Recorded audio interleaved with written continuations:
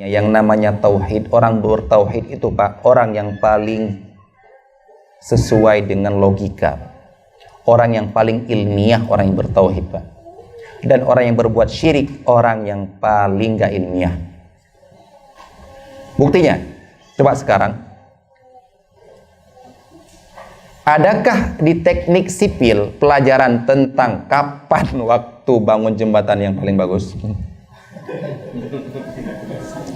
Apakah di teknik sipil ada kepala kerbau apa sebagai bahan pondasi yang pertama agar jembatan? Itu nggak ilmiah Pak, makanya nggak diajarkan di teknik sipil.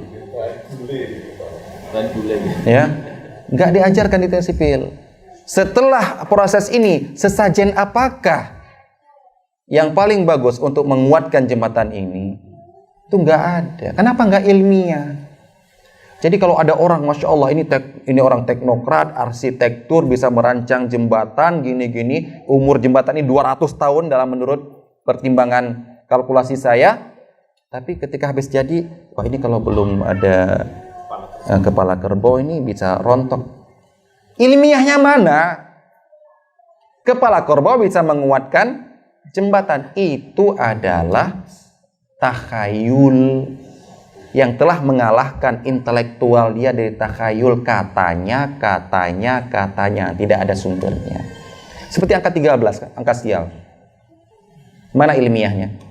Coba bawa angka 13 ke laboratorium, kita cek apakah dia bisa membawa bala atau tidak. Makanya itu tidak ada. Makanya apalagi sekarang Anda mengatakan untuk tolak bala.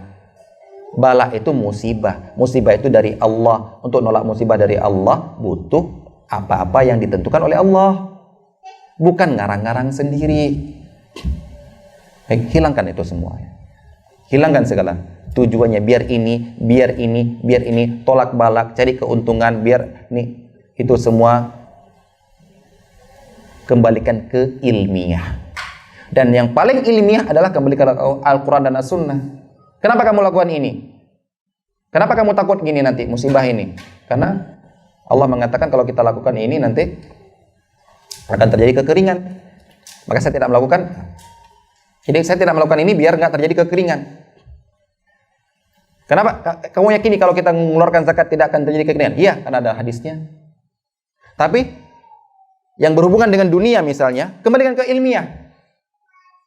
Kenapa kamu pakai jimat ini? Oh, biar nggak kena penyakit. Ada nggak ilmiahnya?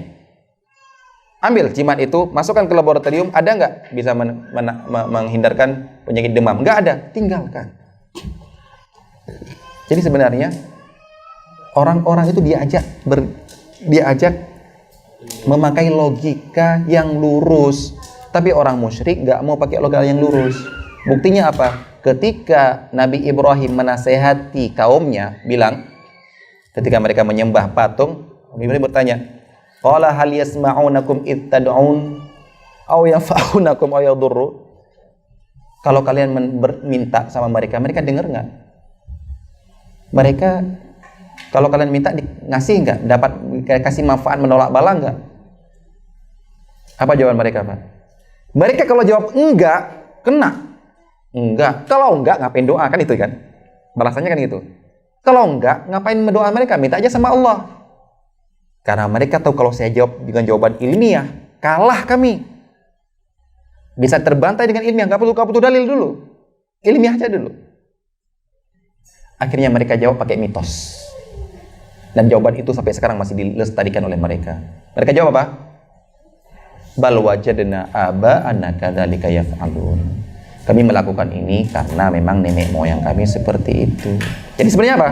Memang nggak ilmiah. Sebenarnya secara tidak langsung mereka mengatakan memang nggak ilmiah ini. Memang ini nggak sesuai logika. Tapi ini sesuai dengan tradisi nenek moyang kami, nggak pernah meninggalkan walaupun nampaknya gila. Gitu. Enggak, yang namanya sesuai nggak logika kan gila. Ini jawabannya siapa? Kaumnya Nabi Ibrahim, sampai sekarang masih dilestarikan.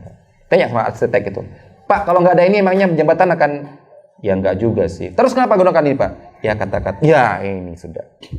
Jadi keintelektual seseorang telah dihancurkan oleh takhayul. Anda mau seperti itu?